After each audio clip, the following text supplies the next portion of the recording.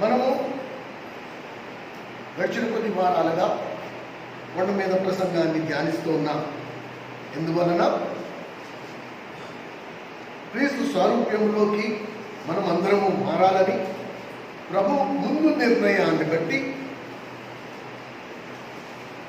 ఆ సంకల్పం చొప్పున యేసుక్రీస్తు ప్రభువు జనులందరినీ శిష్యులుగా చెయ్యాలని ప్రభు ఆజ్ఞ మేరకు మనమందరము శిష్యత్వంలోకి పిలువబడ్డాం.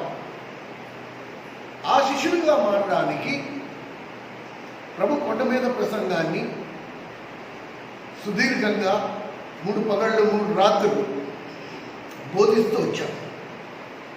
అందులో 9 మంచి లక్షణాలు, అలాగే మనలో ఉండకూడని 9 చెడ్డ లక్షణాల గురించి కూడా విస్తారంగా బోధిస్తూ వచ్చాం. వాటిలో మనము 9 మంచి లక్షణాలను ఇంతవరకు ధ్యానిస్తూ వచ్చాం. అలాగే మనలో ఉండకూడని ఆ 9 చెడ్డ లక్షణాలను కూడా ఏవైతే నేటి క్రైస్తవ సమాజం నమ్మదో, మీరు ఏ సంఘంలోకి వెళ్ళి చూడండి, ఏ క్రైస్తవులైనా వెళ్ళి చూడండి, తన సహోదరుడి మీద కోపగించు ప్రతివాడు, ద్రోహి అన్న ప్రతివాడు నరకానికి పాత్రుడు కనుక మనం కోపగించే అధికారం మనకి లేదు, మనం కోపగించకూడదు, కోపగిస్తే మనం నరకానికి పాత్రలో అవుతాము అనే సంగతి ఎంతమంది క్రైస్తవులు నమ్ముతారు? నమ్మరనే దానికి రుజువు ఏంటంటే ప్రతి వాడికి రోషమే. కోపగించకుండా ఉండలేకపోతున్నాం. కోపగిస్తే మనం నరకానికి వెళ్తామనే సంగతి తెలిసి కూడా ఇది కేవలం నోటితో ద్రోహి అంటే నరకానికి వెళ్ళిపోతామని అన్నాడు. మనం కేవలం నోటితో సరిపెట్టుకోలేదు, చేతల్లోకి వెళ్ళిపోతుంది. చేతులు కాళ్ళు కూడా వాడేస్తూ ఉంటాము అనేక సార్లు. మీరు చూడండి, కనుక బైబిల్ గ్రంథంలో చాలా వచనాలు ఎలా ఉన్నాయంటే వాటిని నేటి క్రైస్తవ సమాజం నమ్మట్లేదు. నమ్మకపోవడానికి వాటిని ఆ ఆజ్ఞలన్నీ గైకొనట్లే, వాటిని పాటించట్లే, ఎవరు దాన్ని పట్టించుకోవట్లే. ఆ లెక్కన అందరం దేవుని రాజ్యానికి చేరుతామా? చెప్పండి, అందరం దేవుని రాజ్యానికి వెళ్తామా? అస్సలు. అందుకనే ప్రభు హెచ్చరించాడు, ఆ మార్గం కనుగొన్న వారు కొందరే. ఈ ఉదయము నేను వర్తమానం వింటుండగా నాకు ఒక తలంపు వచ్చింది. ప్రేమ సోదరుడు, ఆ సహోదరి, ఇది వాస్తవం. మనము దేవునిలోకి వచ్చిన తర్వాత, ప్రభుని నమ్ముకున్న తర్వాత, ప్రభు మనకి మాదిరి. ఇప్పుడు ప్రభు జీవితాన్ని, లోకములో జీవిస్తున్న వారి జీవితాన్ని చూస్తే ఒకదానికి ఒకటి పూర్తిగా డెడ్ ఆపోజిట్, విరుద్ధంగా ఉంటాయి. మనం లోకంలో జీవిస్తున్న మన జీవితము ఒక విధంగా ఉంటే దానికి పూర్తి విపరీత అంటే ఎగ్జాక్ట్ ఆపోజిట్గా ప్రభు జీవితం ఉంది. అందుకు ఈ లోకమైన భ్రష్టు పట్టిన ఈ లోక సంబంధమైన శరీరానుసారమైన జీవితాన్ని జీవించి ఇప్పుడు ప్రభు చెప్పినట్టుగా జీవించాలి అంటే చాలా కష్టమైపోతుంది. కష్టం కాదు, అది అసాధ్యం. అలా జీవించడం అసాధ్యం. అందుకొరకే ప్రభు అంటున్నాడు, నిన్ను నేను నా ఆత్మతో నింపుతా, నీ రాతి హృదయాన్ని తీసి మాంసం వంటి మెత్త హృదయాన్ని నీకు ఇస్తా, నా మనస్సు నీకు ఇస్తా. ఇప్పుడు నువ్వు అలా జీవించాలో జీవించకూడదో అది నీ మీద ఆధారపడు. నీకు అలాంటి జీవితం కావాలా వద్దా అది నీ మీద ఆధారపడు. ఇందులో బలవంతం ఏమీ లేదు. ప్రభువా, ఎంత నష్టమైనా పర్వాలే, ఎంత కష్టమైనా పర్వాలే, ఎంత క్రైమ్ అయినా నేను చెల్లిస్తా, నాకు ఈ పాపిష్టి బతుకొద్దు, నాకు నీలా ఉండాలి, నువ్వేం చేసినా నాకు పర్వాలే అంటే అప్పుడు ప్రభు కార్యం మొదలు పెడతాడు. ఎలా? పరిస్థితులు గుండా, పరీక్షలు గుండా. ఇదిగో నువ్వు అనుకోకుండా ఉదయం అన్నట్టు నిన్నటి వరకు చక్కగా మాట్లాడిన వాడు అమాంతంగా మీద పడతాడు.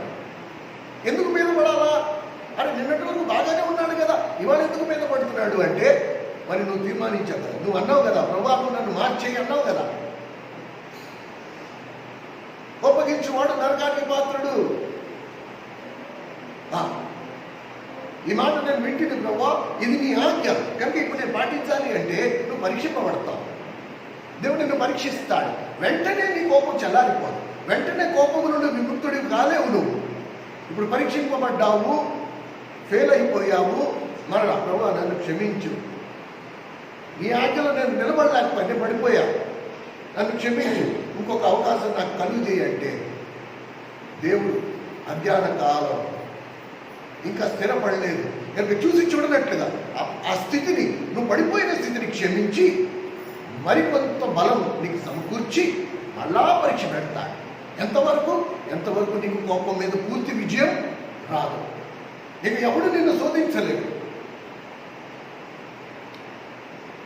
మెట్టుకు ప్రతి పాపము మీద మనకి విజయం రావాలి. రోమా 6:14 ప్రకారంగా పాపము నీ మీద ప్రభుత్వము చెయ్యదు. అనుభవం. ఇది దేవుని వాగ్దానం. పాపం నీ మీద ప్రభుత్వం చెయ్యదు. దేవుడు పాపాన్ని క్షమించడానికి రాలేదు, పాపము నుండి నిన్ను రక్షించడానికి. పూర్తిగా పాపం అనేది ఒక కరోనా వైరస్ లాంటిది అనుకుంటే దాని నుండి నిన్ను పూర్తిగా విడిపించడానికి, పూర్తిగా స్వస్థపరచడానికి, ఇక పాపానికి నీకు ఎటువంటి సంబంధం లేకుండా చేయడానికి, అలాంటి జయ జీవితము నీకు ప్రసాదించడానికి ప్రభుత్వం. అందుకే కొండ మీద ప్రసంగంలో కొన్ని ఆజ్ఞలు, నీలో ఉండాల్సిన మంచి లక్షణాలు, నీలో ఉండకూడని చెడ్డ లక్షణాలు, వీటిని గురించి రాస్తూ వచ్చాయి. ఇందులో ఇంతవరకు మనం ధ్యానించింది కోపము, కామముతో కూడిన వాంఛలు, అబద్ధములాడు పెదవుల గురించి మనము ధ్యానించాం. అలాగే కక్ష తీర్చుకునుట, అది దేవుని పని, వాటిని మనం ధ్యానిస్తూ వచ్చాం. ఏమండి? అలాగే 5వదిగా పక్షపాతంతో కూడిన ప్రేమ. మనం ప్రభు అన్నాడు, అందరినీ నేను మిమ్మల్ని ఎలాగ ప్రేమించానో మీరు అందరినీ అలాగ ప్రేమించాలి. ఈ అందరూ అనే మాటలో ఎవరున్నారంటే నీ శత్రువులు కూడా ఉన్నారు.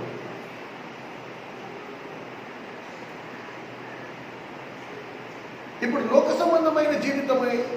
సంబంధమైన వ్యవస్థ ఏం చెప్తోంది? నిన్ను ప్రేమించిన వారిని మాత్రమే నువ్వు ప్రేమించాలా, నిన్ను ద్వేషించిన వారితో నువ్వు శత్రుత్వం పెట్టుకోవాలి. క్రైస్తవ పద్ధతి, దేవుడి పద్ధతి ఏంటి?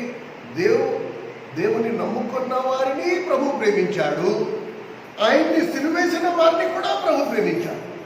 తండ్రి వీళ్ళు ఏం చేస్తున్నారో వీళ్ళకి తెలియదు, వీళ్ళు నాకు చేతులకి కాళ్ళకి మేకలు కొడితే కొట్టారు, కానీ వాళ్ళు ఏం చేస్తున్నారో వాళ్ళకి తెలియదు, వాళ్ళని క్షమించు, నువ్వు వాళ్ళని శిక్షించద్దు.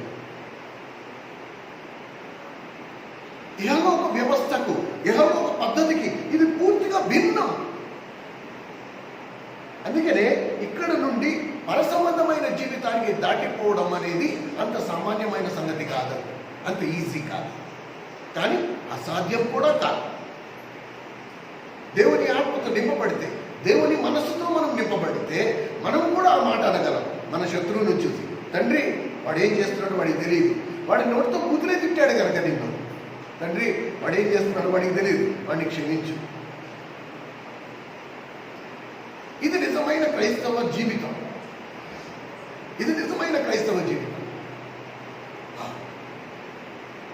కానీ ఒకవేళ మనల్ని ప్రేమించిన వారినే మనం ప్రేమిస్తే దానివల్ల మనకు వచ్చే ప్రయోజనం ఏంటి? మళ్ళీ ఒకసారి ఆ వచనాన్ని మనం జ్ఞాపకం చేసుకుందాం. లూకా సువార్త 6వ అధ్యాయం. లూకా సువార్త 6వ అధ్యాయం.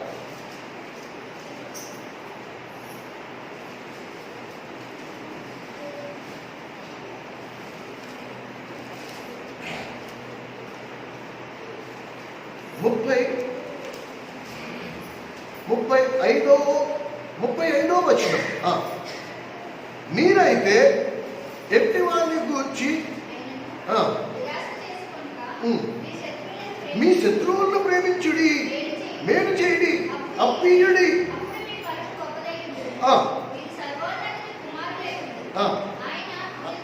ఇది అండర్లైన్ చేసుకోవాలి. ఏది?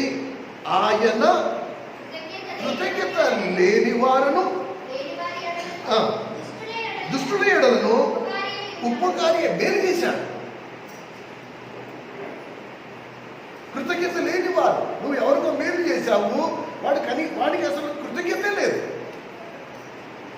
అన్నా నువ్వు నాకు ఇంత చేశావు, నీకు థ్యాంక్స్ అనే మాట కూడా వాడు చెప్పలా. కానీ ప్రభువు ఎలాంటి వైఖరి కలిగి ఉన్నాడో గమనించండి.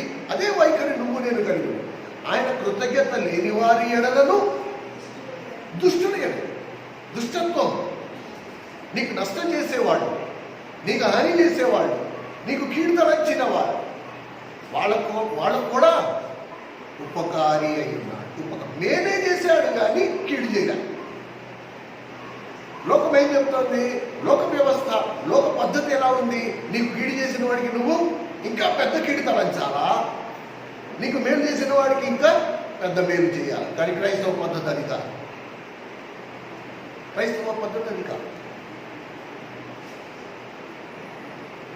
ఒకవేళ ఈ అనుభవంలో మనం లేము అంటే మనం దేవుని ఆజ్ఞనే అతిక్రమించిన వారు, పాపము చేసిన వారు. లేదు నీకు చేత కావట్లేదు, మళ్ళీ ప్రభు దగ్గరికి రా. ప్రభు నాకు చేత కాలే, నాకు కీడు చేసిన వాడికి నేను మేలు చేయలేకపోతున్నా, ఉపకారిగా ఉండలేకపోతున్నా, ఉపకారం చేయలేకపోతున్నా, నాకు మనసు రావట్లే, నువ్వు నాకు సహాయం చేయి. అప్పుడు ప్రభు ఆత్మలో కార్యం చేస్తాడు. మాటి మాటికి మనము ప్రభు దగ్గరికి వెళ్తూ ఉండాలి, ఆయన వైపు చూస్తూ ఉండాలి. నువ్వు ఎలా చేస్తావు? నిన్ను చూసి నేను కూడా చేస్తాను. ఇహ సంబంధమైన జీవితము నుండి పర సంబంధమైన జీవితంలోకి దాటితేనే తప్ప మనం క్రీస్తు స్వరూపంలోకి రాలేము. అది ఎలా సాధ్యమవుతుంది అంటే పరిశుద్ధాత్మ దేవుని నింపుదల, ప్రభు ఆత్మచేత నడిపించబడాలి. లోకస్తులు మనుషుల వైపు చూడకూడదు, పరిస్థితుల వైపు చూడాలి.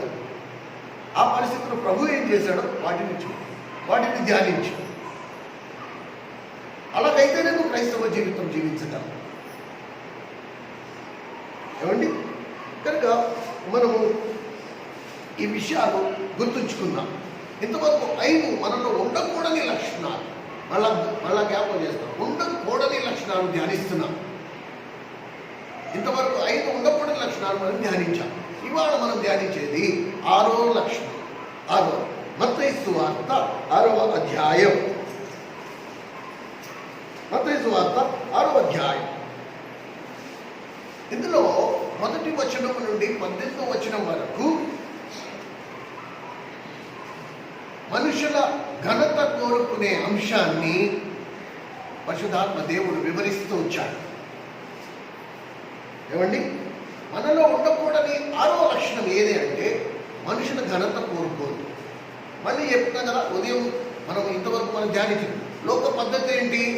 లోకంలో మనం ఎప్పుడు కూడా మనుషుల మెప్పు, మనుషుల ఘనత కోరుకునే స్వభావం, ఇది లోక వ్యవస్థ. సందర్భంలో కరేపాకు ఇచ్చినా కూడా మైక్లో 100 సార్లు పేర్లు చదివిస్తారు. కరేపాకు దాతలు ఫలానా ఎవరు, ప్లాస్టిక్ గ్లాస్ మంచిని తాగే ప్లాస్టిక్ గ్లాస్ దాతలు ఫలానా ఎవరు, 100 సార్లు చెప్పిస్తారు. ఎందుకు అలాగా అంటే ఘనత. నేను గొప్పవాడిని కాబట్టే నేను ఈ దానం చేశా, నేను కాబట్టే చేశా, ఇంకెవరు చేయలే. అదొక ఆనందం, అదొక వింతైన లోక సంబంధమైన వింత ఆనందం అన్నమాట. పేరు, మనుషుల ఘనత కోరుకోవడం. చదువుదాం, ఇవాళ చదువుదాం 6వ అధ్యాయం. ఏం చెప్తున్నా చూడండి. మనుషులకు కనబడవలనని వారి ఎదుట మీ నీతి కార్యములు చేయకుండా జాగ్రత్త పడుడి. కనుక నువ్వు దానం చేసి, నీతి కార్యములు అంటే ఏంటి? నువ్వు దానం చేసినా, ఏమండి, ఎవరికైనా సహాయం చేసినా, ఇవన్నీ నీతి కార్యాలు. నీతి కార్యం అంటే బదులు లేకుండా ఇది చేయటం వల్ల నీకేమీ లాభం లేదు, అది నీతి కార్యం అంటే. ఈ నీతి కార్యాలు మనుషులకి కనపడకుండా నువ్వు చేయి, 10 మంది కనిపించేటట్టు కాదు. మానవ నైజం ఏంటి? నేను ఇది చేసేది 10 మందికి కనపడాలి. ఎందుకు కనపడాలా? ఈ 10 మంది శభాష్ నువ్వు కాబట్టి చేశావు, నీ అంత గొప్పవాడు ఇంకవడు లేదు. క్రైస్తవ పద్ధతి ఏంటి? నీ కుడి చేతితో చేసింది నీ ఎడం చేతికి తెలియకూడదు. ఎందుకు ఈ మర్మము? ఎందుకు? దీని విషయంలో మన సంఘంలో మీకు ఈ విషయం ఇంతవరకు నేను ఎవరితో చెప్పలా. మన సంఘంలో కూడా చాలా వివాదం వచ్చింది. పెద్దలతో చాలా వాదించాల్సి వచ్చింది. ఒక పట్టాన్ని ఒప్పుకోలేదు ఎవరు. తెలియకపోతే ఎలాగా? ఈ పని ఎవరు చేశారో, లేకపోతే ఈ వస్తువు ఎవరు ఇచ్చారో, లేకపోతే ఈ కార్యానికి ఎవరు ముందుకి పులుకున్నారో సంఘంలో ఉన్న వాళ్ళందరికీ తెలియాలి కదా, కుటుంబం కదా. ఇలా అని వాదించిన వాళ్ళు కూడా ఉన్నారు. పరిశుద్ధాత్మ దేవుడు ఈరోజు మన మనోనేత్రాలు బారుగా తెరచుడుగా దీని విషయంలో స్పష్టమైన అవగాహన మనందరికీ వచ్చుగా. ఎందుకు ప్రభు దీన్ని మర్మయుక్తంగా ఉంచమంటున్నాడు? ఎందుకు రహస్యంగా చేయమంటున్నాడు? ఎందుకు 10 మంది ఎదుట అందరికీ కనబడేటట్టు మీరు చెయ్యొద్దని హెచ్చరిస్తున్నాడు? ఎందుకు అలాగా? ఒకవేళ మీరు లేఖనంలో చూస్తే ప్రభువు పుట్టుక, ప్రభు ఎలా పుట్టాడో మర్మం. ప్రభు పుట్టిన తర్వాత ప్రభుని చూడడానికి వచ్చి కానుకలు ఎవరైతే తూర్పు దేశపు జ్ఞానులు వచ్చారో అది కూడా మర్మం. నువ్వు బైబిల్లో ఒకే ఒక్కసారి ఆ తూర్పు దేశపు జ్ఞానుల గురించి చదువుతావు. అది కూడా వాళ్ళు రాత్రిపూటలు వచ్చారు, మళ్ళీ రాత్రిపూటలు మాయమైపోయారు. మళ్ళా తూర్పు దేశపు జ్ఞానుల గురించి ఎక్కడ రాయబడలే.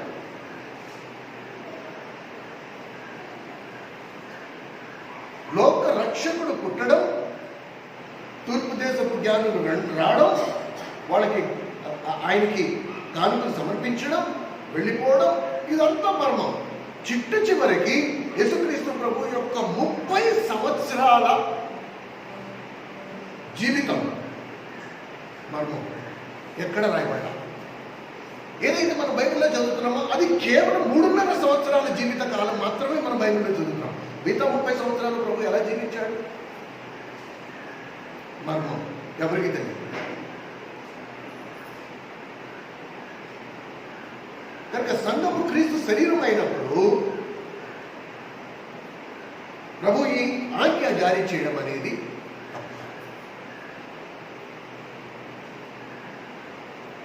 అంతేకాదు. ఇంకా ఎందుకు అలా మర్మయుక్తంగా ఉండాలా? ఎందుకు తెలియపరచకూడదు? 10 మందికి నువ్వు చేసేది నేను దొంగతనం కాదు కదా. చాలా మంది ఇలా కూడా మన మందిరంలో వాదించిన వాళ్ళు చాలా మంది ఉన్నారండి, పెద్దవాళ్ళు. అలా కాదన్నా, అసలు దొంగతనం ఏం కాదు కదా. అంటే దేవునికి చేశాడు, దేవునికి చేసింది 10 మందికి తెలిస్తే చేతులు ముడుచుకుని కూర్చునే వాళ్ళు కూడా కళ్ళు తెరపడతాయి కదా, వాళ్ళు కూడా ముందుకు వస్తారు కదా. ఇలా వాదించిన వాళ్ళు కూడా ఉన్నారు. మిగతా వాళ్ళకి గుణపాఠం కింద ఉంటుంది కదా, వాళ్ళకి తెలియదేమో బహుశా ఇక ఫలానా వ్యక్తి దేవుని మందిరం కోసం ఇది చేస్తున్నాడు, లేకపోతే ఇలా ఇలా ఇలా ఇలా చేయడం అనేది దీనివల్ల ఆశీర్వదింపబడ్డాడు 10 మంది తెలిస్తే వాళ్ళకు కూడా అందులో తప్పే ఉంది. కనుక మనం గమనిస్తే 3 విషయాలు ప్రభు వెలుగులోకి తీసుకొచ్చారు. సర్వసాధారణంగా దేవుని నమ్ముకున్నవారు మరి ముఖ్యంగా 3 రంగాలలో మనుషుల ఘనత కోరుకునే వారిగా ఉంటారు. ఒకటి ఇచ్చే విషయం, దేవునికి ఇచ్చే విషయం. అది కానుకలు అవ్వని, లేకపోతే మరి ఏదైనా వస్తువు అవ్వని,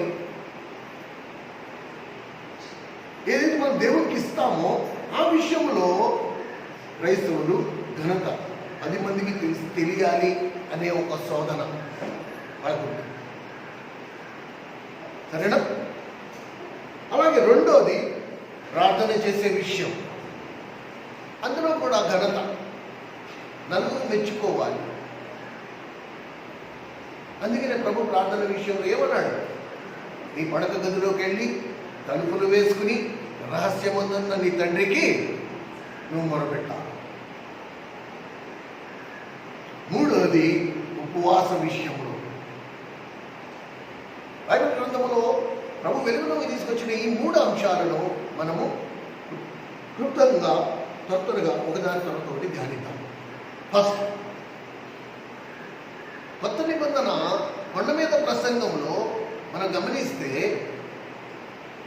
9 మంచి లక్షణాలు మన అంతరంగం జీవితం గురించి వివరిస్తూ వచ్చి, అంతరంగం గురించి వివరిస్తూ వచ్చి, మన ఇన్నర్ లైఫ్. ఈ 9 చెడ్డ లక్షణాల్లో కొండ మీద ప్రసంగంలో 2వ భాగంలో మనం గమనించి చూస్తే మన అంతరంగ ఉద్దేశం వెరీ ఇంపార్టెంట్. మర్చిపోకండి ఎవ్వరు కూడా. అంతరంగ ఉద్దేశం.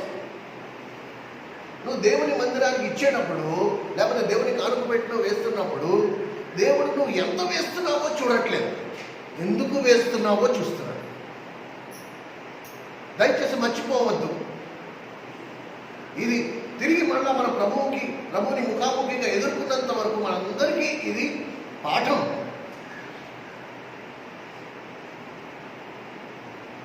మనం దేవునికి ఇచ్చేటప్పుడు ఎందుకు ఇస్తున్నాము, దాని వెనక నీకున్న ఉద్దేశం ఏంటి చూస్తున్నాడు. ఎంత ఇస్తున్నామో దేవుడు చూడట్లేదు, అవసరం లేదు.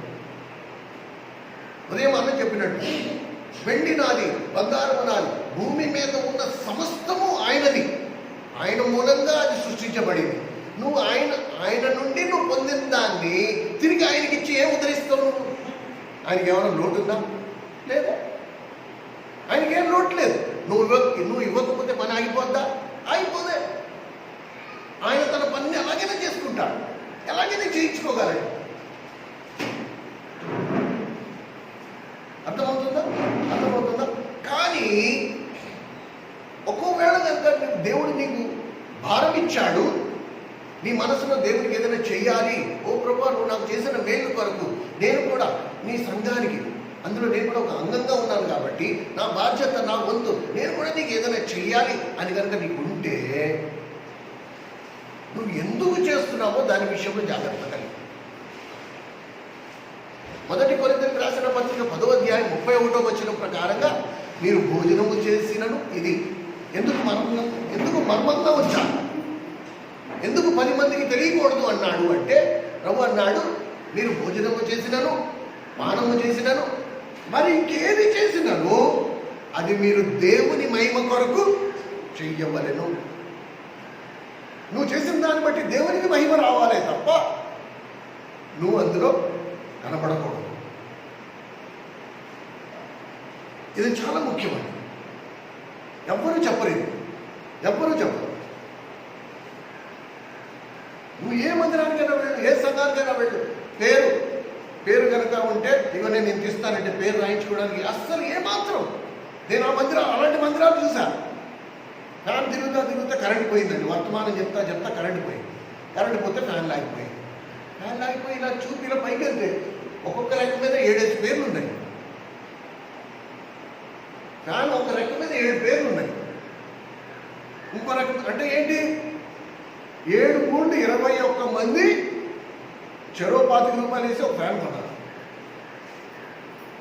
కాబట్టి ఇప్పుడు అందరి పేర్లు దాని మీద రావాలి. కాబట్టి ఒక్కొక్క రెక్క మీద 7 పేర్లు రాశారు. ఎందుక? నువ్వు నీ పేరు రాయకపోతే ఫ్యాన్ తిరగదా? నీ పేరు రాయకపోతే గాలి రాదా? అసలు పేరుకి ఎందుకు రావాలండి? ఇది మానవ నైజం, మనిషి యొక్క నైజం. అది నేను గొప్ప అనిపించుకో, ఇది సాతాను లక్షణం. అందుకనే 40 రోజులు 40 పగలు 40 రాత్రులు యేసుక్రీస్తు ప్రభు ఉపవాసం ఉన్న తర్వాత శోధింపబడ్డానికి ఎప్పుడైతే తండ్రి ప్రభుని విడిచిపెట్టాడో, సాతాను వచ్చి వెంటనే ఏమన్నాడు, నువ్వు కనుక నాకు సాగిలపడితే ఈ లోక మహిమంతా నేను నీకు ఇచ్చేస్తా. ఇది అందరూ నా వైపు చూడాలి, అందరూ నాకే సాగిలపడాలి, అందరూ నా పేరు చెప్పుకోవాలి, అందరూ నా మాట వినాలి, అందరూ నాన్నే చూడాలి. ఇది సాతాను లక్షణం. ఇది అపవాది లక్షణం. కనుక ఒకవేళ నీ మనసులో ఆ కోరిక ఉందనుకో, నువ్వు ఎక్కువ అపవాది ఆత్మతో నింపబడిన అనుభవంలో ఉన్నట్టు గుర్తించు. ప్రభు నన్ను క్షమించు, ప్రభు నన్ను క్షమించు. ఇన్ని రోజులు నేను అనుకోలేదు, కానీ ఇప్పుడు నీ వాక్యం వింటుంటే నా మనసుకు ఒప్పించబడుతోంది. నేను ఒప్పుకుంటున్నాను ప్రభు, నేను కనబడాలా, నలుగురు నా పేరు చెప్పుకోవాలా, ఘనత నాకు రావాలా, అందుకే ఇవన్నీ నేను చేస్తూ వచ్చాను. కానీ లేఖనం ఏం చెప్తూ జరుగుతుంది? ప్రభు ఏమంటున్నాడు? మీరు భోజనం చేసిన ఏది చేసినా దేవుని మహిమ కొరకు చేయాలి. మహిమ దేవునికి రావాలి, పేరు దేవునికి రావాలి, నీకు కాదు. మనం ఎప్పుడూ మరుగై ఉండాల్సింది. నేను గతంలో కూడా చెప్పాను, నేను తగ్గించబడితేనే ఆయన హెచ్చింపబడతాడు. ప్రభా నువ్వు అంటా అంటే అయిపోడు. నువ్వు తగ్గితేనే ఆయన హెచ్చింపబడతాడు, నువ్వు హెచ్చించుకుంటే ఆయన తగ్గించబడతాడు. రెండు ఒకసారి జరగవు. నిన్ను నువ్వు హెచ్చించుకుంటావు, ఆయన్ని కూడా హెచ్చిస్తావు. ఇది రెండు జరగవు. నా మహిమను నేను ఎవరితోనూ పంచుకోను. ఇది మనం గుర్తుంచుకోవాలి. అందుకనే 1 కొరింథీయులకు రాసిన పత్రిక 4వ అధ్యాయంలో 1 కొరింథీ 4వ అధ్యాయం 148వ పేజీ 148వ పేజీ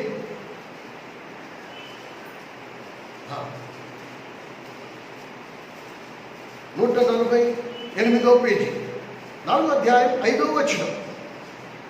కాబట్టి సమయము రాకమునకు అనగా ప్రభు వచ్చు వరకు దేని గూర్చియు తీర్పు తీర్చుకుని ఆయన అంధకారమందలి రహస్యములను వెలుగులోనికి తెచ్చి, అదిగో ఇది చాలా ముఖ్యం. ఇది ఏం చేస్తాడంట? హృదయములోని ఆలోచనలను కూడా దేవుని వలన కలగాలి. ప్రభు ఏమంటున్నాడు? నువ్వు చేసిన దానికి ఎవరు మెచ్చుకోవాలా? దేవుడు మెచ్చుకోవాలి, మనుషులు కాదు. కానీ ఈరోజు భూమి మీద నువ్వు ఉండగా నువ్వు దేవుని మందిరానికి కానీ దేవుని సంఘానికి కానీ నువ్వు ఎంత చేసినా సరే మనుషులు ఎవరు ఇక్కడ గుర్తించకపోయినా రేపు ప్రభు న్యాయపీఠం ఎదుర్కొన్న నిలబడినప్పుడు ప్రభు నువ్వు చేసింది వెలుగులోకి తీసుకొస్తాడు. సృష్టిలో ఎంతమంది దేవుని రాజ్యంలో ఉంటారో వాళ్ళందరూ చూస్తుండగానే నువ్వు చేసినవన్నీ వాళ్ళకి బయలుపరుస్తాడు, వాళ్ళకి చూపిస్తాడు. అదే సమయంలో నువ్వు ఏ ఉద్దేశంతో చేసావో అది కూడా వెలుగులోకి తీసుకొస్తాడు.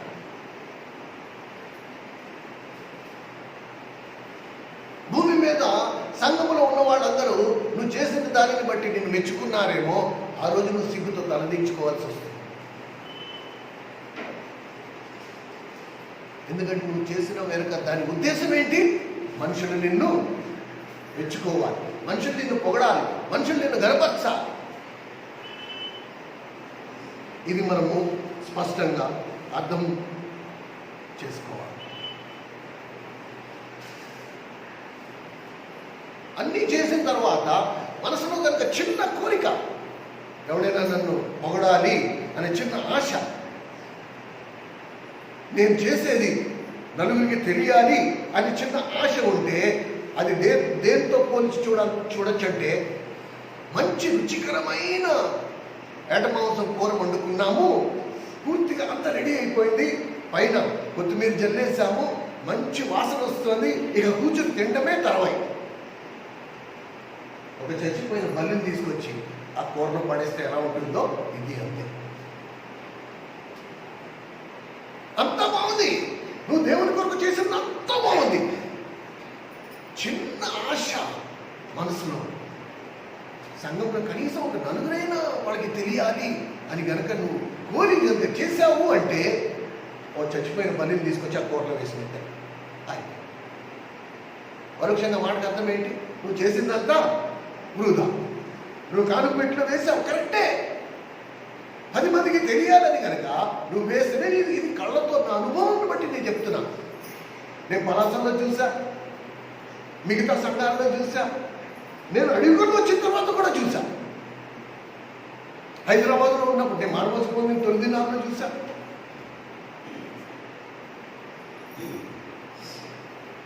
దేవుని ప్రజల యొక్క నైజం ఏంటంటే, వాడికి కానుక పెట్టి ఒక 1000 రూపాయలు వేసుకుందాం అనుకున్నాడు. వేసుకుందాం అనుకుని ఏం చేశాడు? పని కట్టుకుని బ్యాంక్కి వెళ్ళి ఈ 1000 రూపాయలు బ్యాంకులో ఇచ్చి 10 రూపాయలు కట్ట ఒకటి తీసుకొచ్చాడు. ఇప్పుడు కానుక పెట్టే డబ్బా కన్నం ఎంత ఉంది? 4 కాగితాలు 5 కాగితాలు మడతెట్టి అందులో పెడితే వెళ్తాయి. నువ్వు కట్ట తీసుకొస్తే ఇప్పుడు ఏం చేయాలా? ఇప్పుడు అందరూ వరుసల్లో వచ్చి కాను పెట్టులో వేసి వెళ్ళిపోతున్నాడు. వీడు వచ్చాడు వరుసలో, జేబులో వచ్చి ఆ కట్ట తీశాడు, అక్కడ నుంచున్నాడు. ఇప్పుడు అరే దేనికి నుంచున్నాడు? నువ్వు వేసి వెళ్ళిపోతే నీ వెనకాల వచ్చే వాళ్ళు వేస్తారు కదా అంటే, అన్న కొంచెం భారీ అమౌంట్ అన్న వేయాలి అంటే అందరికీ తెలియాలి. కట్ట చేతిలో ఉంది. తీరం చూస్తే ఎంత ఉంది? 10 రూపాయల కట్ట. ఎంత? 1000 రూపాయలు.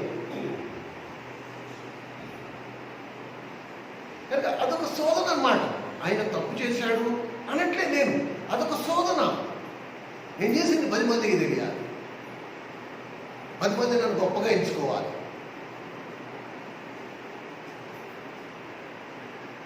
ఆత్మీయ జీవితాలు కూడా అలాగే ఏడుస్తాయి. మరి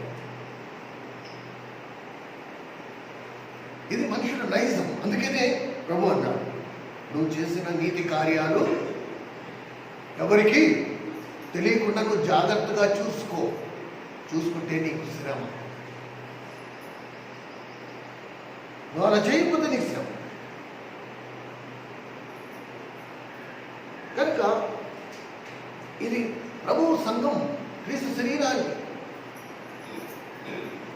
సాధనశీలంగా ఉండే సంగతులు ఇవన్నీ ఎందుకు ప్రభు దాన్ని మర్మంగా ఉంచమంటున్నాడో ఇందుని బట్టి మనం అర్థం చేసుకోవచ్చు. మనం ఎంత వేస్తున్నామో ఎంత చేస్తున్నామో అది కాదు ముఖ్యం, ఎందుకు చేస్తున్నాం. నువ్వు చేసే దాని వెనక 1 కొరింథీ 10:31 దాని ప్రకారం దేవుని మహిమ కొరకే చేస్తున్నావా, లేకపోతే నీ గొప్పతనం కొరకు చేస్తున్నావా?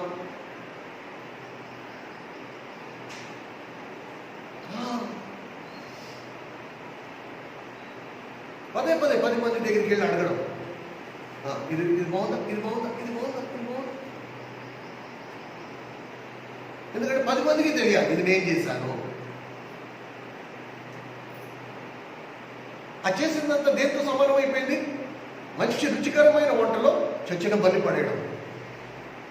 లేకపోతే నువ్వు తీసుకొచ్చిన 10,000 దేవుని మందిరానికి 10,000 తీసుకొచ్చి దేవుని మందిరంలో వేసే బదులు నువ్వేం చేస్తున్నావు? పరోక్షంగా తీసుకెళ్ళి బాకిదొడ్లో వేసి నీళ్లు కొట్టావు, బకెట్ నీళ్లు కొట్టావు అంతే. సెప్టిక్ ట్యాంక్లోకి వెళ్ళంటే ఇట్స్ ఆఫ్ నో యూస్.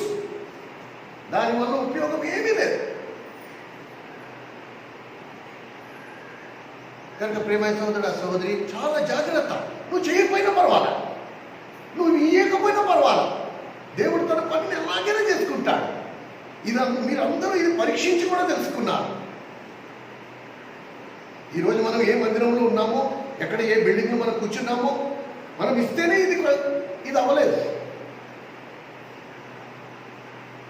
దేవుడు అద్భుతంగా జరిగించుకున్నాడు. ఏది ఆగదండి, ఏది ఆగదు. మనం ఏ పార్టీ వారం అండి? దేనికి సరిపోతాం మనం? ఏం చేయగలము? కనుక ఈ విషయము మనం స్పష్టంగా అర్థం చేసుకోవాలి. మత్తయి సువార్త తిరిగి 6వ అధ్యాయం దగ్గరికి రండి. మత్తయి సువార్త 6వ అధ్యాయం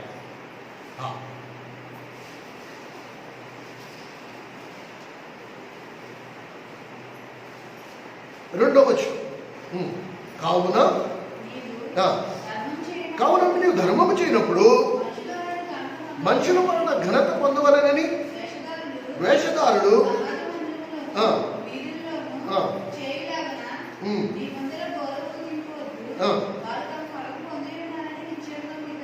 ఆల్రెడీ వారు వాళ్ళ ఫలము అప్పుడే పొందేశారు. ఒకవేళ కనుక నువ్వు చేసే దాని వెనక ఉద్దేశం 10 మంది నన్ను చూడాలి, 10 మంది నన్ను పొగడాలని కనుక నువ్వు చేస్తే దాని ఫలం నువ్వు అప్పుడే పొందేశావు.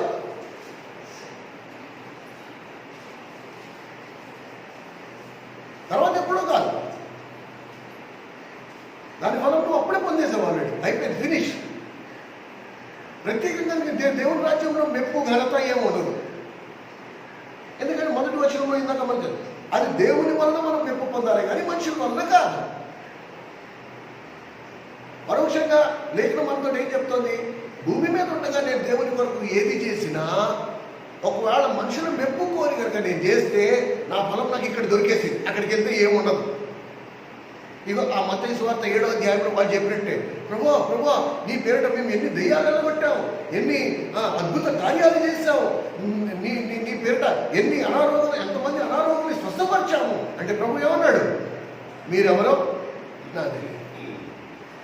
వాళ్ళందరూ ఎందుకు చేశారంటే అది మనుషుల మెప్పు. మేము కాబట్టి అది జరిగింది, నేను ప్రార్థన చేశాను కాబట్టి నీకు స్వస్థత వచ్చింది, ఇక మేము ఇచ్చాం కాబట్టి మందిరం కట్టబడింది, ఇక మేము చేసాం కాబట్టి ఇదిగా ఇలా జరిగింది. అప్పుడు అప్పుడు ఎవరున్నారండి, అసలు మేమే కదా, మొత్తం అంతా మేమే కదా. అప్పుడు ఎవరున్నారు, ఎవరు లేరు. ఆ తర్వాత మీరు అందరూ ఈ మధ్య వచ్చారు, కానీ అప్పుడైతే మేమే ఉన్నాం. Very very bad. వారి ఫలం వారు అప్పుడే దేవుడి రాజ్యంలో ఇంకా మెప్పు ఉన్నారు. దేవుడు గుర్తించి వాళ్ళ నమ్మకమైన నాకు మంచి దాసుడా, నీ యజమానుడు సంతోషంలో పావనమోకుడు పొందు అనేది ఉంటుంది. ఇంకా అక్కడ ఉండదు, అక్కడ ఏమీ ఉండదు. తర్వాత వచ్చిన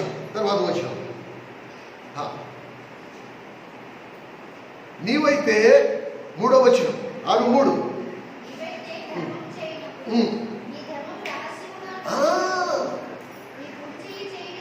నెడచేయి తెలియకుండా చేయము. ఎందుకు రహస్యంగా చేయమంటున్నాడు? ఎందుకు రహస్యంగా చేయమంటున్నాడు అంటే ఎవరు మెచ్చుకోవాలంట? దేవుడే మెచ్చుకోవాలంట. మనుషులు మెచ్చుకుంటే ఆయనకి ఇష్టం. మెప్పు దేవుని వలన కలగా, మనుషుల వలన కాదు. కనుక ఇది మనము స్పష్టంగా అర్థం చేసుకోవాలి. మీరు పాత నిబంధన ప్రత్యక్ష గుడారం యొక్క నమూనా మీరు గమనిస్తే 4 పక్కల బరకం ఉంది, టెంట్. ప్రత్యక్ష గుడారానికి 3 భాగాలు ఉన్నాయి: ఆవరణము, పరిశుద్ధ స్థలము, అతి పరిశుద్ధ స్థలం. ఎవరైతే ప్రత్యక్ష గుడారంలోకి ప్రవేశిస్తారో ఫస్ట్ అక్కడ ఏముందంటే ఇత్తడి గంగాళము, అందులో నీళ్లు. తర్వాత బలిపీఠము, ఎవరైతే పశువులను తీసుకొచ్చి పాప పరిహారం బలులు ఇవ్వడానికి వస్తారో ఇవి దాటుకుని ముందుకు వస్తే తెర పక్కకి నెట్టి లోపలికి వెళ్తే పరిశుద్ధ స్థలంలోకి వెళ్తాం. పరిశుద్ధ స్థలంలో ఎవరున్నారు? దేవుని కొరకు త్యాగం చేసిన వారు, దేవుని కొరకు తమ స్వచ్ఛతాన్ని త్యాగం చేసిన వారు, దేవుని కొరకు తమ వ్యక్తిగత జీవితాన్ని పనంగా పెట్టిన వారు, వీళ్ళు పరిశుద్ధ స్థలంలో ఉన్నారు. అతి పరిశుద్ధ స్థలంలో ఎవరున్నారు? స్వయంగా దేవుడే ఉన్నాడు. కనుక ఎక్కువ జనం ఎక్కడున్నారు? ఆవరణంలో ఉన్నారు. ఎందుకు అలాగా? పరిశుద్ధ స్థలంలోకి ఎందుకు రావట్లేదు అంటే పరిశుద్ధ స్థలంలో చూడడానికి ఎవరు లేరు, చాలా తక్కువ మంది ఉన్నారు. ఇక్కడ మనం బలి అర్పించినా సరే 10 మంది చూస్తారు, అయ్యి బాబోయ్ ఈయన కాబట్టి.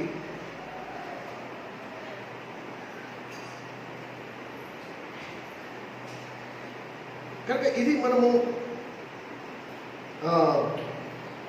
చాలా జాగ్రత్తగా ఈ గమనిక కలిగి ఉన్నాం. దేవుని మందిరంలో దేవుని కొరకు మనం ఏది చేసినా దానివల్ల మనుషులు మెప్పు కోరి కనుక మనం చేస్తే దాని ఫలము ఇక్కడే మనకి దొరికేసింది. ఫినిష్. దేవుని దగ్గర మనకి ఎటువంటి మెప్పు కానీ ఎటువంటి ఘనత కానీ ఉండదు.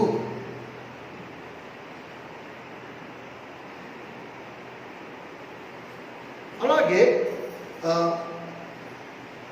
మీరు ఆ మాట 4వ వచనం కూడా చదవండి. అట్లయితే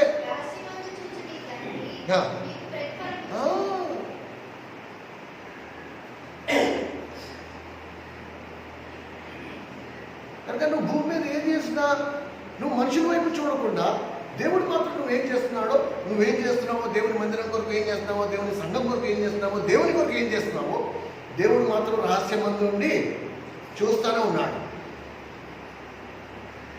మనుషులు చూసినా చూడకపోయినా దేవుడు మాత్రం చూస్తున్నాడు. అండ్ ఆ రోజు దేవుడు నీకు ప్రతిఫలం కూడా ఇస్తాడు. మెప్పు ఆయన వలన నీకు కలుగుతుంది. ఏమండి? 5వ వచనం.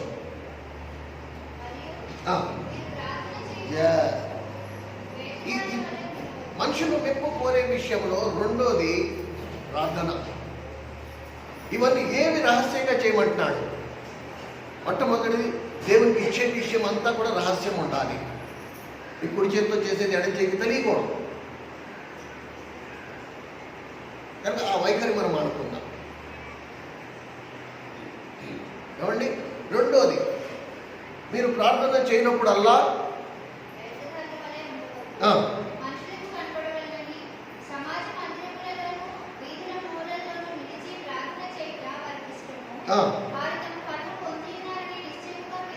చూడండి, ప్రతి చోట నువ్వు మనుషులకి కనబడేటట్టు చేస్తే దాని ప్రతిఫలము వెంటనే వాళ్ళు పొందేశారు. దేవుని రాజ్యంలోకి వెళ్ళిన తర్వాత దేవుని న్యాయపీఠం ఎదుర్కొండా నిలబడినప్పుడు నీకు ఇవ్వడానికి ఏమీ ఉండదు. దేవుడు నీకు ఇవ్వడానికి దేవుని దగ్గర ఏమీ ఉండదు. ఆల్రెడీ నువ్వు భూమి మీద నువ్వు చేసిన దానికి నువ్వు పొందేశావు. కానీ ఎవరైతే రహస్యంగా చేశారో, ఎవరైతే దేవుని మహిమ కొరకు చేశారో వాళ్ళకి అక్కడ మెప్పు ఘనత ఉంటుంది. ఎవరి ద్వారా? దేవుని ద్వారా, దేవుని మూలంగా. ఏమండి? అంతేకాకుండా మీరు 7-8 వచనాలు కూడా గమనిస్తే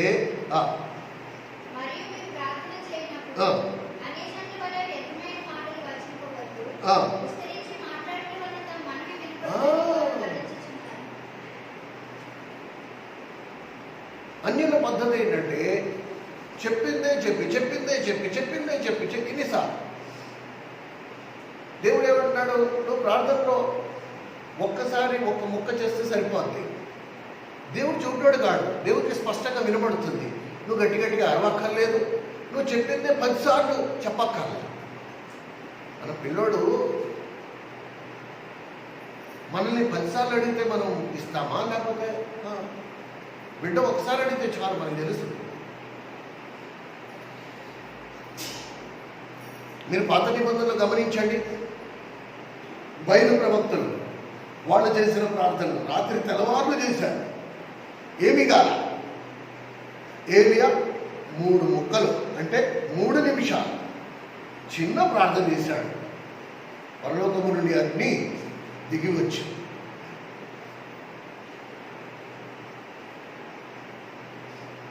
పరోక్షంగా ప్రభు ఏమంటున్నాడంటే, క్రైస్తవుల మధ్య ప్రార్థన కూడా అంతే.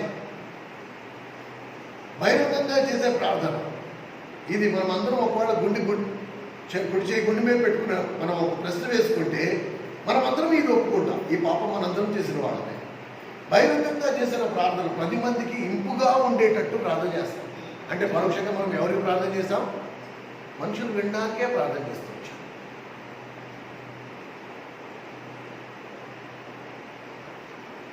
అందుకనే ప్రభు అన్నాడు, మీరు ప్రార్థన చేయనప్పుడల్లా మీ పడక గదిలోకి వెళ్ళి మీ తలుపులు వేసుకుని రహస్యమందున్న మీ తండ్రికి మీరు ప్రార్థన చేయండి. ఎందుకు అలాగా అంటే ఒక ప్రమాదం ప్రతి క్రైస్తవుడికి ఏంటంటే, నువ్వు 10 మంది మధ్యలో ప్రార్థన చేసినప్పుడు నువ్వు ఎలా ప్రార్థన చేస్తావంట? 10 మందికి ఇంపుగా వినేటట్టు, 10 మంది నిన్ను మెచ్చుకునేటట్టు. అన్నా ఏం ప్రార్థన చేశానన్నా, అబ్బా ఇలాంటి ప్రార్థన నేను ఎప్పుడూ వెళ్ళా, ఎంత బాగా ప్రార్థన చేశారో మీరు, ఆ మాటలు మాకు అసలు రానే రావు అన్నా.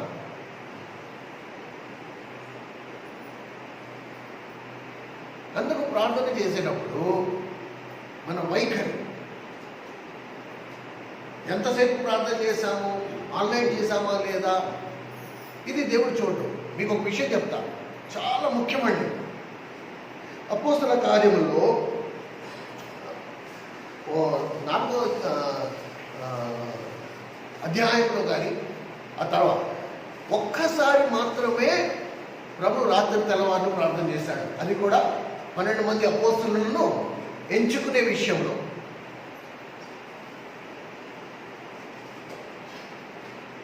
ఓకే, నిజంగా తండ్రి నడిపింపు కావాలి, పరలోకము నుండి డైరెక్షన్స్ అవసరం.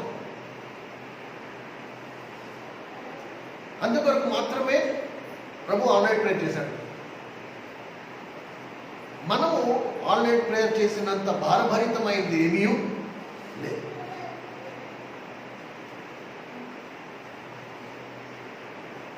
అంటే ప్రభువు సిలువ వేయబడక మునుపు వచ్చే 20 శతాబ్దాల వరకు ప్రభు కట్టిన సంఘము స్థిరంగా ఉండడానికి ఆ 12 మంది అపోస్తలులను ఎంచుకునే విషయంలో ప్రభు రాత్రి తెల్లవారులు ప్రార్థన చేశారు.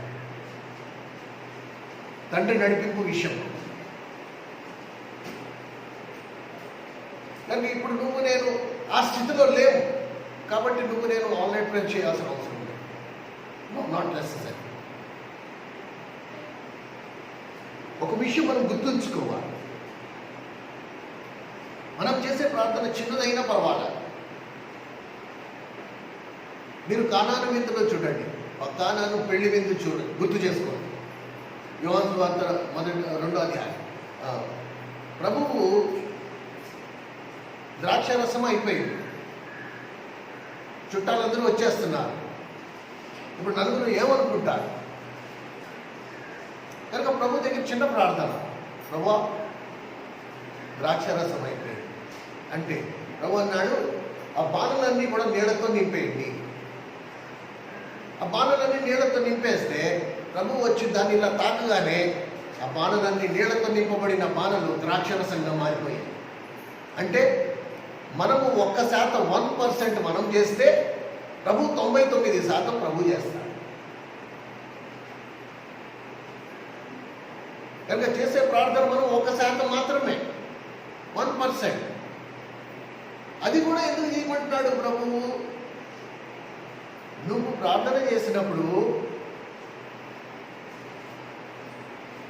అడిగే సంతోషం నీకు కలగాలని, అంతేకాకుండా నువ్వు అడిగినందుకు తండ్రి వెంటనే నువ్వు అడిగిన దాన్ని నీకు ఇచ్చాడనే సంతోషం నీకు కలగాలి. 2 సంతోషాలు నీకు కలగాలని ప్రభు ఆ నియమం పెట్టాడు. లేకపోతే నీకేం కావాలో ప్రభుకి తెలుసు. అది కూడా చదవండి మా చదువు. 8వ వచనం.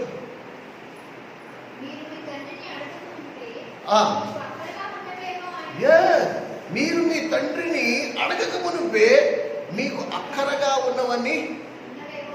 ఉన్నవేవో ఆయనకి తెలుసు. అక్కరగా ఉన్నవి అస్మా కోరుకున్నవన్నీగా నో. మనకి ఏదైతే అవసరమో అవి తండ్రికి తెలుసు. నువ్వు చెప్పకపోయినా ఆయనకి తెలుసు. కానీ ఆయన వేచి ఉంటాడు. ఎందుకు అలాగా? నా పిల్లలు నన్ను అడగాల, అడిగితే నేను వాళ్ళకి ఇవ్వాలి. అప్పుడు వాళ్ళకి 2 ఆనందం. మా తండ్రి ఉన్నాడు, మా నాన్న ఉన్నాడు, ఒక మాట నేను చెప్తే చాలు, అయిపోద్ది పని. అలాగే అడిగింది ఎప్పుడైతే వాళ్ళు ఇస్తామో ఆ పొందిన ఆనందం, ఈ 2 ఆనందాలు కలగడానికి ప్రభు అలా పెట్టాడు. మన పిల్లలకి ఏం అవసరమో మనకి తెలుసు. అయినా కూడా మనం ఏం చేస్తాం? మౌనంగా ఉంటాం. ఆ పిల్లలు రావాలి, దగ్గరికి రావాలి, మనం మెడ చుట్టూ వాళ్ళ 2 చేతులు ఇలా పెట్టాలి, మనతో ముద్దాడుతూ ఉండి, మనతో గారాబంగా మాట్లాడుతూ మెల్లిగా. సడన్గా మన పిల్లలకి మన మీద ఇంత ప్రేమ పుట్టుకొచ్చేసింది, వాళ్ళ దగ్గరికి వచ్చి మెడ చుట్టూ చేయేసి ముద్దులెట్టేస్తున్నారంటే మనకి వెంటనే అర్థమైపోతుంది. ఆ తండ్రికి అదొక విధమైన ఆనందం. మా హనీచుడు వచ్చి ఒళ్ళో కూర్చోడు, ఆ 2 చేతులు మెడ కాగలించేసుకుంటాడు, ముద్దులెట్టేస్తాడు. పప్ప అంట. చెప్పు ఏంటి అంటే, నాకేమో అది కావాలి, అది కావాలన్న సంగతి నాకు తెలుసు. కానీ నా బిడ్డ నన్ను అడిగాలి, అది నేను ఇవ్వాలి. నేను మా డాడీని అడిగాను, మా డాడీ నాకు ఇచ్చాడు. ఈ 2 ఆనందం. నేను అడిగిన వెంటనే ఇచ్చాడనే ఆనందం, ఇచ్చినందుకు ఆనందం, అడిగే విషయంలో ఆనందం. పరలోకమందున్న తండ్రి కూడా అంతే. నీకేం కావాలో ఆయనకి తెలుసు, నీకేం అక్కరో ఆయనకి తెలుసు, నీకేమి అవసరమో ఆయనకి తెలుసు. నువ్వు అడగకపోయినా ఆయన ఇస్తాడు. కానీ ఆయన కూడా ఆనందం రావాలి. నా పిల్లలు నన్ను అడిగితే నేను వాళ్ళకి ఇస్తాను.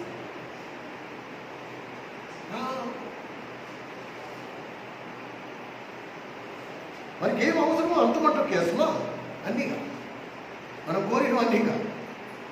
అలా చెప్తే మన పిల్లలు గోల్డ్ని కోరుకుంటాడు. అన్నీ మనం ఇచ్చుకుంటా పోతే వాళ్ళ శరీరాన్ని వాళ్ళు గాయపరుచుకుంటారు. చిన్నపిల్లలు నాకు బ్లేడ్ కావాలి నానా, నాకు బ్లేడ్ కావాలంటే మనం కొనిస్తామా? ఏమో. ఎందుకు? చేయి తగ్గొట్టుకుంటారు, భయం. వాడికి ఏం అవసరం అంతవరకు జాగ్రత్త. స్కూల్కి వెళ్ళి చదువుకోవాలి, పెన్ను కావాలి ఇస్తా, పుస్తకాలు కావాలి ఇస్తా, పెన్సిల్ కావాలి ఇస్తా, షార్ప్నర్ కొని ఇస్తా, అన్ని ఏవేవి వాళ్ళ చదువుకు అవసరమో అవన్నీ చక్కగా వాళ్ళకి కొనిపెట్టాలి. నేను స్కూల్కి వెళ్ళాలి, ఖర్చులకు 100 రూపాయి అంటే తండ్రి ఏమంటాడు? ఇప్పుడు 100 కర్మ 1000 అడుగుతారు పిల్లలు. మనం ఇవ్వలేము అది. దానివల్ల పిల్లలు చెడిపోతారు, నష్టపోతారు.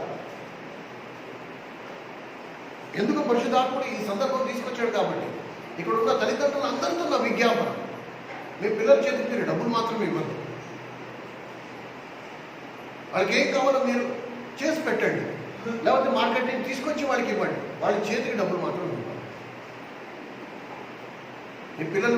మీ పిల్లల క్షేమం కనుక మీరు కోరినట్లయితే ఇది నా విన్నపం. లేకపోతే రేపు నష్టపోయిన తర్వాత మీరు ఈ మాటలు మీకు తప్పకుండా గుర్తుకొస్తాయి. తండ్రులారా, మీరు సమయం తీసుకుని శ్రద్ధ వహించి మీ పిల్లలకి కావాల్సిన పప్పలు మీరే కొని తీసుకొచ్చి ఇంట్లో పెట్టండి. వాళ్ళ చేతికి డబ్బులు ఇవ్వండి.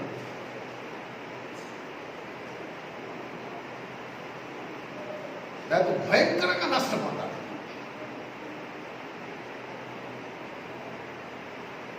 మీ ప్రాణాలు పోయినా నేను ఆశ్చర్యపోను. ఎందు మూలంగా మీరు సరైన చర్య, జాగ్రత్త పడాల్సిన సమయంలో మీరు జాగ్రత్త పడలేదు కాబట్టి ప్రాణం మీదకి వస్తుంది 100%. ఇవాళ రేపు లక్షలు కోట్లు ఆస్తుల కొరకు ఎవరు పీకి తగ్గట్లేదు. వాడికి 3 ఔన్సులు వేయడానికి 90 రూపాయలు లేవంట. బ్లేడ్తో వాళ్ళ అమ్మ పీకి ఇలా గీత గీసి ఆ మంగళసూత్రం తీసుకెళ్ళిపోయాడు. 90 రూపాయల కొరకు ప్రాణం తీసే రోజులు వచ్చేసాయి. ఇప్పుడు జస్ట్ 90 రూపీస్. ఆ సమయంలో వాడికి కావాల్సిన 90. అప్పటి వరకు ఇచ్చి వీడిలా తాగేస్తున్నాడు, పాడైపోతున్నాడు పిల్లడు, నేను ఇవ్వనంటే పడుకునేంత వరకు తీశాడు. పడుకున్నాక బ్లేడ్ తోటి పీక్ కోసాడు, ఆ మంగళసూత్రం తీశాడు, వెళ్ళి తాగేశాడు. దాని తర్వాత జైల్లోకి వెళ్తాడు, ఉరిశిక్ష పడుతుందో తర్వాత. ఇది ఎవరి పొరపాటు? కనుక జాగ్రత్త. దేవుడు చెప్పే ప్రతి పాఠము మన క్షేమం కొరకు.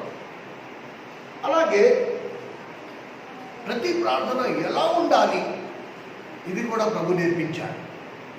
మత్తయి సువార్త 6వ అధ్యాయం 9వ వచనం నుండి 15వ వచనం వరకు మీరు గమనిస్తే ఇది చాలా మందిరాలలో విశ్వాసుల చేత ఈ ప్రార్థనను కంటతా పెట్టించేశారండి. దీనికి ఒక పేరు పెట్టేశారు, పరలోకపు ప్రార్థన. అంత మీటింగ్ అంతా అయిపోయిన తర్వాత లాస్ట్కి అందరూ కూర్చుని పరలోకమందున్న మా తండ్రి నీ రాజ్యం వచ్చుగా. ఇది మంత్రం కాదండి, నో. ఇది ఒక నమూనా మాత్రమే. నువ్వు ప్రార్థన చేసేటప్పుడు ఈ ఉద్దేశంతో ప్రార్థన చేయమన్నాడు అంతే. చదవండి 9వ వచనం. మీరు ఈలాగూ ప్రార్థన చేయండి. మీరు ఈ ప్రార్థన చేయండి అన్నా. మీరు ఈలాగూ ప్రార్థన చేయండి, మీరు ఈ ప్రార్థన చేయండి అన్నారు. కాబట్టి ఇది మంత్రం కాదు. ఈ ప్రార్థనలో మనం గమనిస్తే మొదటి 3 అంశాలు ప్రభు నామము, ప్రభు రాజ్యము, ప్రభు చిత్తము. చదవండి.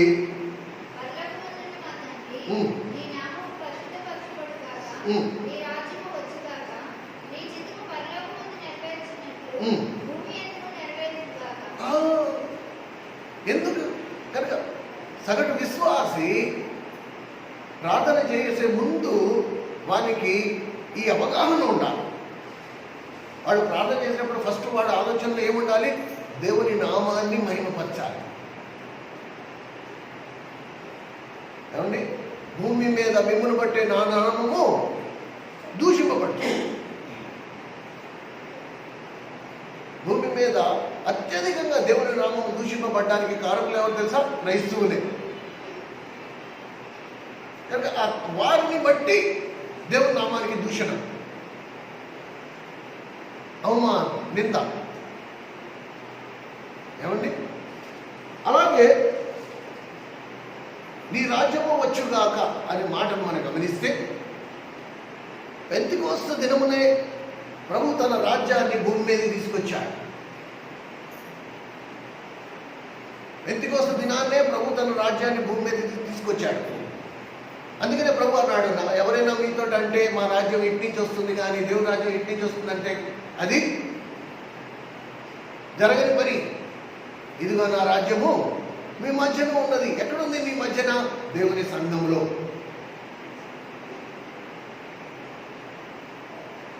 ఏ సంఘంలో అయితే విశ్వాసులందరూ దేవుని కొండ మీద ప్రసంగ ప్రకారంగా అన్ని ఆజ్ఞలు ఉన్నట్టుగా కనుక పాటించినట్లయితే వారికి దేవుని రాజ్యం ఇక్కడ భూమి మీద ఉండగా నువ్వు దేవుని రాజ్యంలో ఉండే అనుభవంలోకి వస్తావు.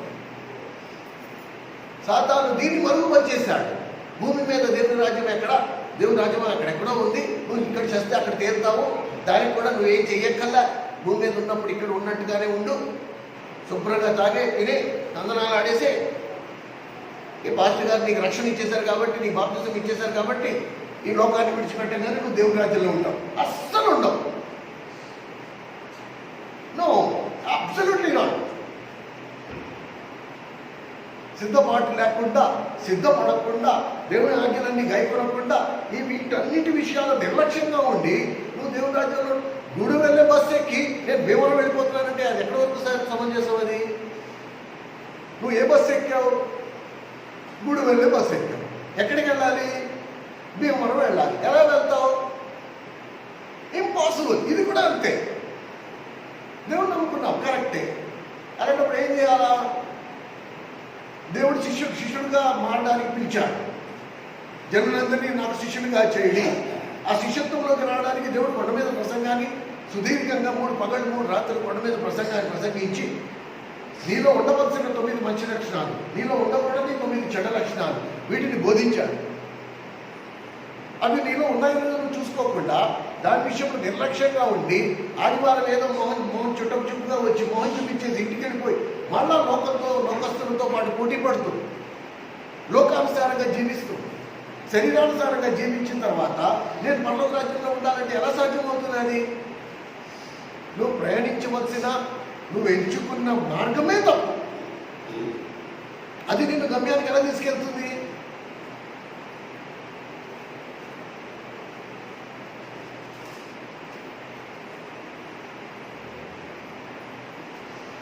కనుక మనం ఈ సంగతులను స్పష్టంగా అర్థం చేసుకోవాలి.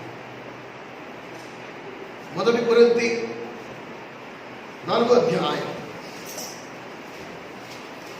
1 కొరింథీయులకు రాసిన పత్రిక 4వ అధ్యాయం 148వ పేజీ 2వ వచనం. 1 కొరింథీ 4:2.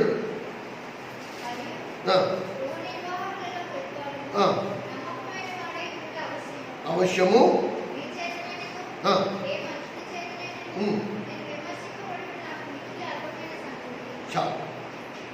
గృహ నిర్వాహకుడు అంటే పనివాడు, సర్వెంట్. ఆ గృహ యజమానుడికి నమ్మకంగా ఉంటాడు. ఇప్పుడు చెరువు యజమానుడు ఇప్పుడు ఏసునాడు వాళ్ళు లేకపోతే నాబోటు వాడు ఎవరైనా పెట్టుకున్నాడు. ఇప్పుడు పెట్టుకున్న వాడు నమ్మకంగా ఉన్నాడని ఆ చెరువు యజమానుడికి నమ్మకం కాబట్టి వాడు గుండె మీద చేసుకుని రాత్రి పడుకుంటాడు. ఎందుకంటే నేను ఎవరినైతే పనిలో పెట్టుకున్నానో వాడు నమ్మకమైన వాడు. రాత్రి తెల్లవారు మెలుకుగా ఉండి చేపలకి ఏ టైంలో మేత వేయాలో, ఏ టైంలో మందు వేయాలో ఆ టైంలో కరెక్ట్గా వేస్తాడని అలాగే నమ్మకంగా ఉంటేనే ఆ పంట పండుద్ది.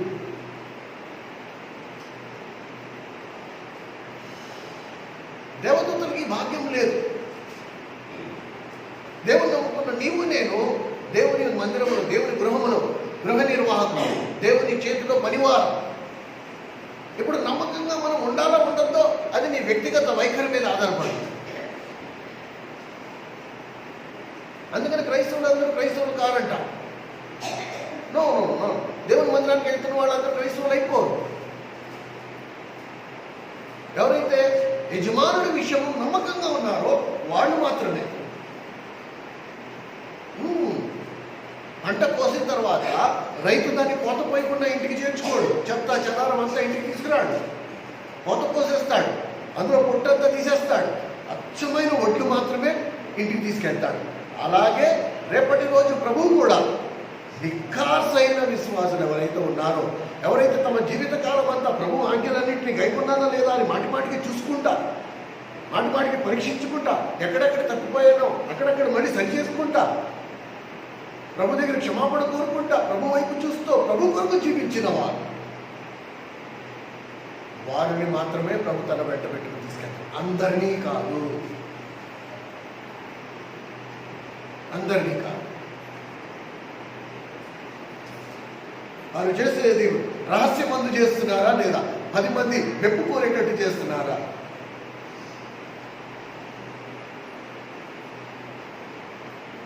కనుక ఈ భాగ్యము కూడా కేవలం విశ్వాసానికి మాత్రమే, దూతలకి లేదు. దూతలకు ఆ భాగ్యం లేదు. దూతలు ఎందుకున్నారు అంటే వాళ్ళు దేవుని పని చేయడానికి, దేవుని చిత్తాన్ని నెరవేర్చడానికే ఉన్నారు.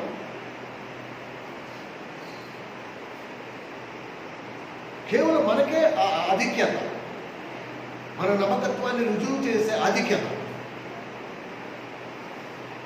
దేవదూతలకు వేరే పని లేదు. దేవదూతలు సృష్టించబడ్డారు దేని కొరకు? దేవుని పని చేయడానికి, దేవుని ఆజ్ఞలు పాటించడానికి, అంతే. వాళ్ళకి వేరే పని లేదు. నీలాగా నాలాగా వ్యవసాయం చేసుకోవాలా, పిల్లల్ని కానాలా, సంసారం చేయాలా, కుటుంబ బాధ్యతలు ఉన్నాయి, ఇవన్నీ ఏమీ లేవు.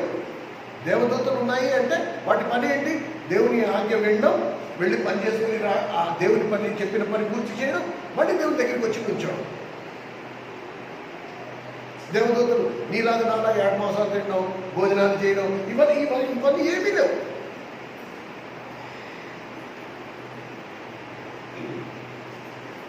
కానీ మన నమ్మకత్వాన్ని రుజువుపరిచే ఆధిక్యత, ధన్యత మనకి మాత్రమే ఉంది. మనం అనేక పనులు చేస్తూ దేవునికి కూడా మనం నమ్మకంగా ఉన్నాము అని రుజువుపరిచే ఆధిక్యత మనకు.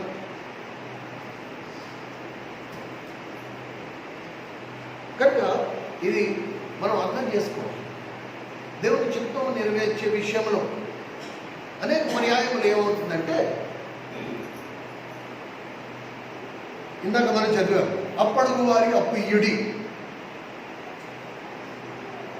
కొత్త నిబంధన అక్షరం కనుక పట్టుకుంటే బైబిల్లో ఒక హెచ్చరిక కూడా రాస్తుంది. బైబిల్లో రాయబడిన మాట ఉన్నట్టుగా కనుక నువ్వు పాటిస్తే అక్షరము నిన్ను చంపేస్తుంది, కానీ ఆత్మ జీవింపజేస్తుంది. కనుక అక్షరం కాదు, అక్షరము వెనుకనున్న ఆత్మ మనకి అవసరం. కనుక అప్పడుగు వారికి ఇయుడి అనే మాట నేను కనుక పట్టుకుని దాన్ని పాటిస్తే నేను నష్టపోతా. మరి ఎలా ఇవ్వాలా అంటే, ఫస్ట్ నా దగ్గర ఉన్న సొమ్ము నాది కాదు, నా దగ్గర ఉన్న సొమ్ము నాది కాదు, అది దేవునిది. దేవునికి నా మీద నమ్మకం కలిగి నన్ను ఉంచుకోమని నాకు ఇచ్చాడు, కానీ దాని మీద నాకు అధికారం లేదు.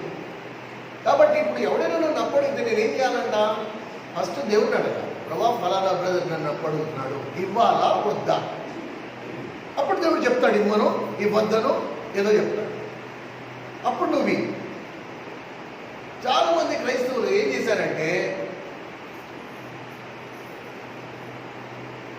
వాడు మనల్ని మెచ్చుకుంటాడు, లేకపోతే మందిరంలో సంఘంలో ఉన్నవారు కంటే నేనే ఎంతో ఆత్మీయుణ్ణి అని తెలియపరచుకోవడానికి ఫస్ట్ ఇచ్చేసుకోవడం, ఇచ్చుకున్న తర్వాత వాళ్ళు ఇవ్వకపోతే వీళ్ళు బాధపడిపోవడం, మళ్ళా సంఘంలో పంచాయతీ పెట్టడం, 10 మంది దగ్గర వెళ్ళి చాటింగ్ వేయడం. అయితే వాళ్ళు ఎంత కష్టాల్లో ఉంటే మేము సహాయం చేస్తే చూడండి. అందుకు ఫస్ట్ దేవుణ్ణి అడగా, ప్రభా ఏంటి ఈ విషయము?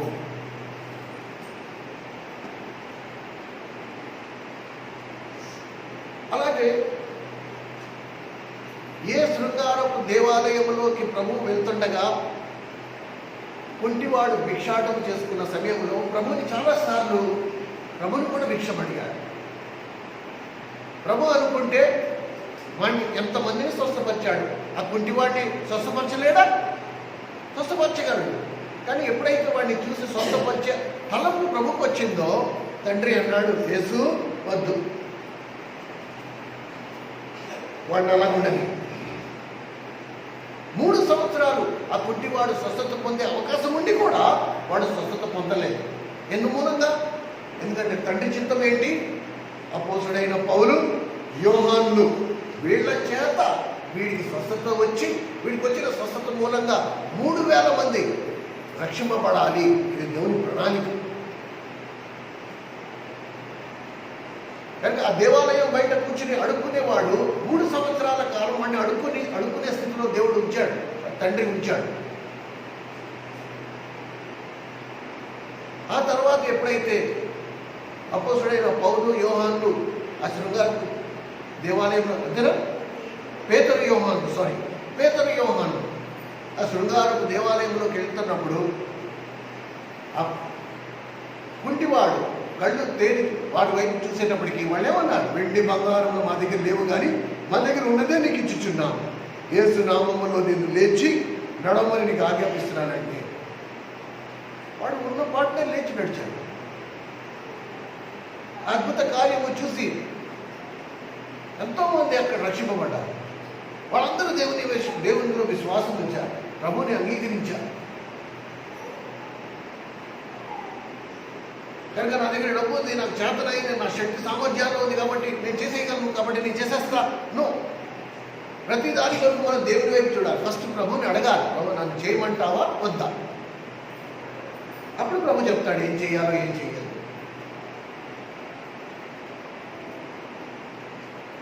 కనుక మనము ఈ సంగతిని స్పష్టంగా అర్థం చేసుకోవాలి.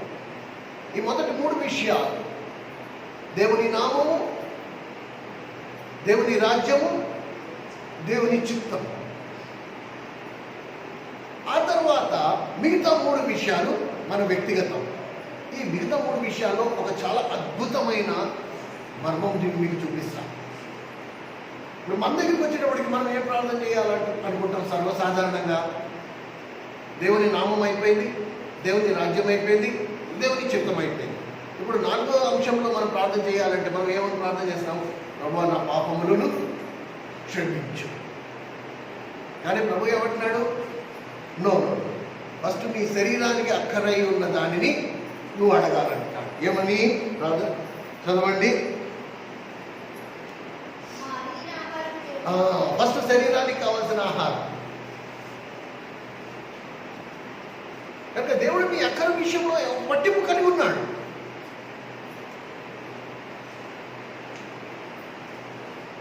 దేవుడు నీ అక్కర విషయంలో పట్టింపు కలిగి ఉన్నాడు.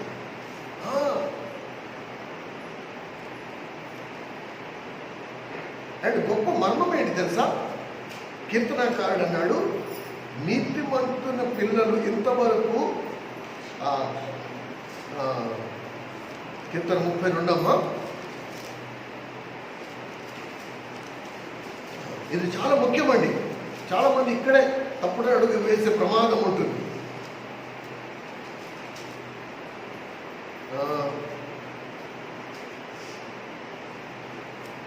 దయచేసి ఎవరైనా సహాయం చేయండి.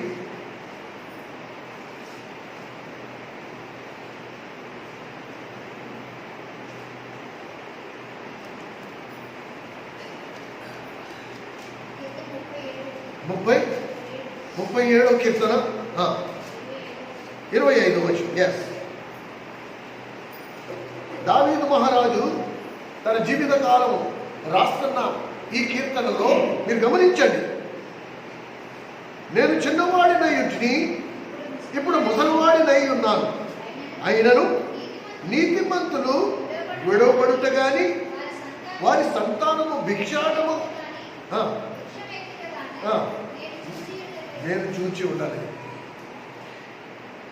దేవుని పిల్లలు ఆ స్థితిలోకి ఎప్పుడు రాదు. ఎందుకంటే దేవుడు మన శరీర అక్కర్ల విషయంలో పట్టింపు కలిగి ఉన్నాడు. మనకి ఏది అవసరమో ప్రభువుకి తెలుసు కదా. నీతిమంతుడు విడవబడుట కానీ, నీతిమంతుడు పిల్లలు భిక్షమెత్తుట కానీ నేను ఇంతవరకు చూడలేదు. ఖచ్చితమైన సాక్ష్యం ఇస్తున్నాడు.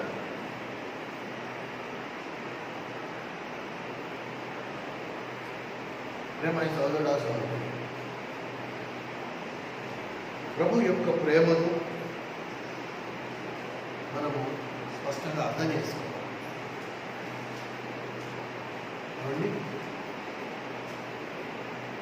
ఆ తర్వాత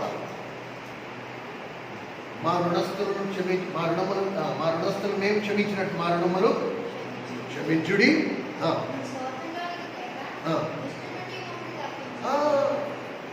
మమ్మల్ని సోదరులోనికి తేక దృష్టి నుంచి మమ్మల్ని తప్పించాడు. ఒక వాగ్దానం, 1 కొరింథీ 10:13 దేవుడు వాగ్దానం ఇచ్చాడు. మీరు సహింపనంత శోధన నేను మీకు అనుమతించను. ఒకవేళ మీరు శోధింపబడినను తప్పించుకునే మార్గం కూడా నేనే మీకు చూపిస్తాను. అద్భుతమైన వాగ్దానం ఉంది.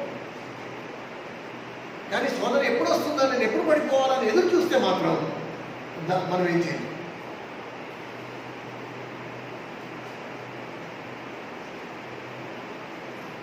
శోధనలు రాక మానవ, కానీ వాటిని మనం జయించాలి. శోధనలు రాక మానవ, కానీ వాటిని మనం జయించాలి. ఈ సంగతులను దయచేసి మర్చిపోవద్దు. ఏమండి, మళ్ళీ వచ్చే ఆదివారం 7వ అంశం, 8వ అంశం, ఇంకా 3 మనలో ఉండకూడని లక్షణాల గురించి వ్రాయబడి ఉన్నాయి. అపరాధమును క్షమించే విషయంలో కూడా అది షరతుతో కూడినది.